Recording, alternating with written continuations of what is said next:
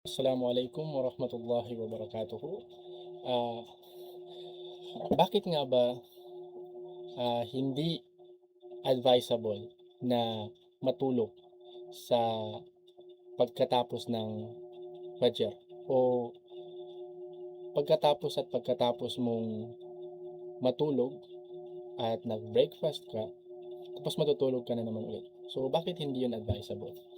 Based on my experience lang na hindi siya advisable kasi nga kung natutulog ka, like halimbawa wala ka namang trabaho, pero na lang kung may trabaho ka.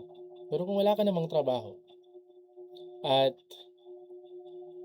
matutulog ka sa oras na yun, hindi na magiging productive yung araw mo 'pag ginawa mo yun. So, mas mainam na gumawa ka ng routine mo during that time. Kasi kung hindi ka gagawa ng routine mo, matutulog ka hanggang hapon. Kung hindi ka man kung pagkatapos mong matulog, ang gagawin mo mag-scroll ka sa Facebook, mag-scroll ka sa TikTok, ano pa yung gagawin mo? So hindi siya advisable na kapag natulog ka kapag halimbawa naka nakagising ka ng mga 5:00 tapos nag-breakfast ka, tapos wala kang alam na gagawin, matutulog ka ulit.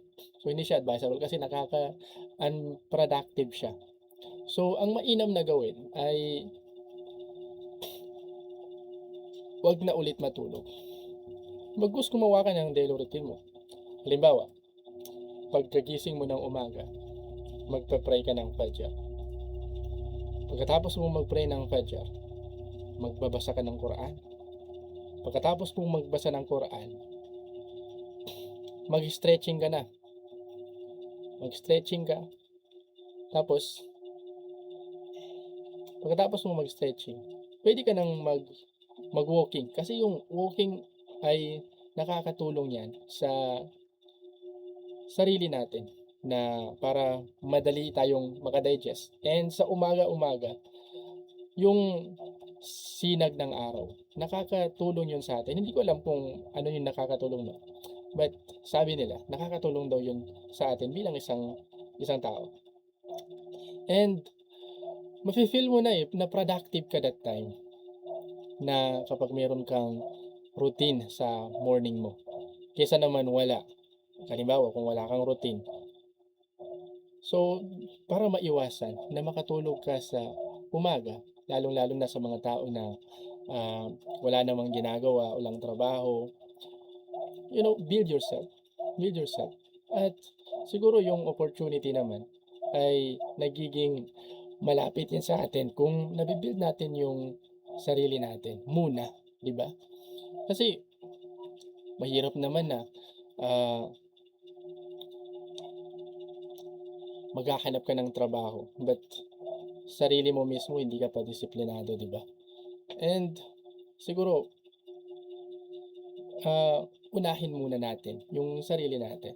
So, gusto ko lang sabihin na dito ay hindi talaga advisable yun. So, paano natin 'to maiiwasan na hindi tayo makatulog sa umaga?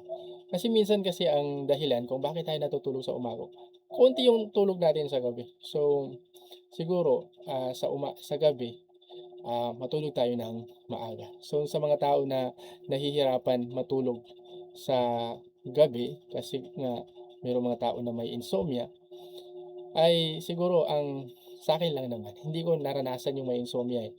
Sa'kin lang naman, 'wag na nating, ah, kunin yung cellphone natin. Ako, minsan hindi ko makontrol. But kaya nga, 'wag na nating kunin yung cellphone natin na yun yung gagamitin natin bakit hindi tayo makatulog. Kung hindi na talaga tayo makatulog, try reading books, try, content creation, try something na hindi social media. Kahit ano yun, yung mga boring na alam mong makaka-improve sa'yo. Kaya ito. So yun lang, maraming salamat wa ilal liqa. Wassalamu alaikum warahmatullahi wabarakatuh.